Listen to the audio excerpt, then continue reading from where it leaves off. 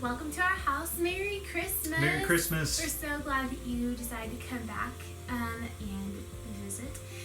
We are going to be reading about the wise men today, and our passage is going to be Matthew 2, 1 through 12. After Jesus was born in Bethlehem of Judea in the days of King Herod, wise men from the east arrived in Jerusalem, saying, "Where is he who has been born King of the Jews? For we saw his star at its rising and have come to worship him." All right, so let's pause there. A couple of quick things that I really want to share with you guys, and I get kind of excited about this because I love the historical parts of the story and kind of how they line up.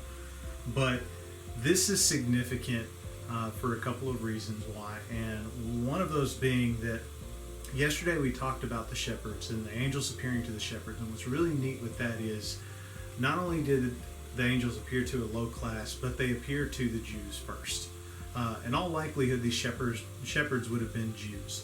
And being in that region and being that close, it's pretty much a safe bet to think that. So here it is, the angels appearing to Jews, and that's significant as well because the Jews or these shepherds would have believed in angels. They would have heard the theological teachings of the rabbis and the Old Testament and that kind of stuff. So, but it's so neat because Jesus appears to the Jews first, fulfilling the prophecies, the word of Jesus appears to the Jews first, fulfilling the prophecies that God would make a great nation out of Abraham, and from Abraham would come this great lineage and this great nation, and eventually a Messiah would come. And so that's being fulfilled. But then you come to this message that was given to these Easterners, not Jewish, Gentiles. Yes, they were wise men and of another country, but there is a message that comes with that here's the Messiah not only coming for Jews, he came for the Jews first, but also the whole world. The other thing that's neat about this is these magi, or wise men as we call them, coming from the east.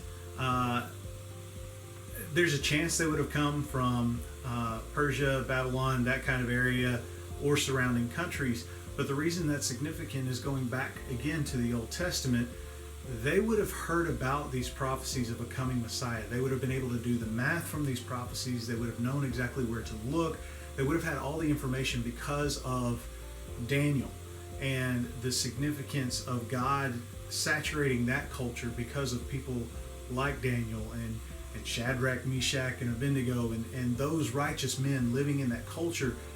These wise men would have learned about that, but they also would have been very interested in the stars, and they would have been watching, and they would have noticed this star being so out of place, and therefore knowing that this was the time as well that the prophecies would be fulfilled. So that's why they set out and they come to this country seeking this Messiah.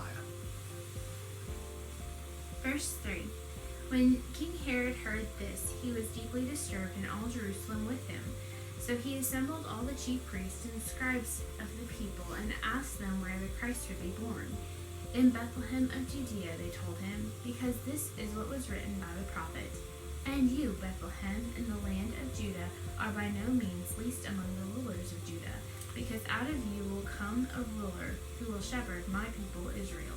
So I'm going to stop you there. Sunday at our service, I mentioned this, and I want to mention it here. This is really cool because we talked about the genealogy of Jesus and how on both sides of Jesus's parentage is the ability to trace back the lineage to David, and we know that David was born in the city of Bethlehem, and now Jesus. So it has ownership of these two pivotal people.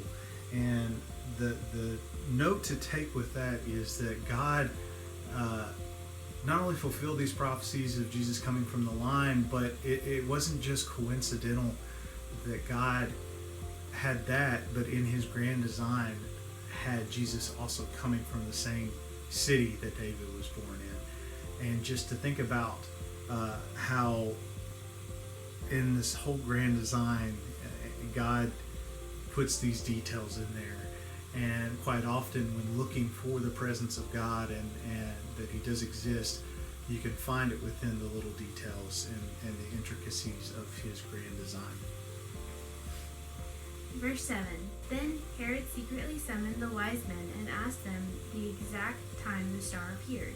He sent them to Bethlehem and said, "Go and search carefully for the child. When you find him, report back to me, so that I too can go and worship him."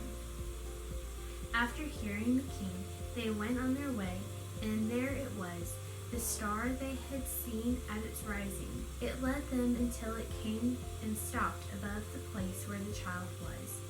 When they saw the star, they were overwhelmed with joy. Entering the house, they saw the child with Mary his mother, and falling to their knees, they worshipped him. Then they opened their treasures and presented him with gifts, gold, frankincense, and myrrh. And being warned in a dream not to go back to Herod, they returned to their own country by another route. So some final thoughts here. It is significant because we look at the nativity scenes that many of us have within our homes. And I love my wife for this. She pays attention to the detail, plus she's also heard me bark at her about this many times. The wise men were there at the manger. This is 2 years after the birth of Jesus that the wise men show up. In our house, when Anna sets up the nativity, she's always adamant and detail oriented to make sure that somewhere in the house, separate from the nativity, are the wise men. And every year when I see it, she gets kind of creative with it. And every year when she sees it, when she does it, and I see them, I can't help but smile. It kind of reminds me of how some families have Elf on the Shelf. Well, instead of doing it every night, every year I'm looking to see where Anna puts the wise men in our house. And it's just, I really enjoy that. But then there are these presents that are brought to Jesus, and there's significance behind that. Be that, the gold for his royalty, and then the frankincense and myrrh being pointing towards the crucifixion and burial of Jesus, and other details with it. But these gifts have been brought to Jesus, and I can only see Jesus as a 2-year-old getting frankincense and myrrh and going, "Can I have some more gold?" But he wasn't like the rest of us, so he probably didn't do that. But I just love the idea of these men coming to see this new king that they had heard about through the passing down of these prophecies from Daniel, and coming to worship a king that is not theirs but is theirs, if you follow me in that. But I love this part of the story, and sometimes it gets a little overlooked with it.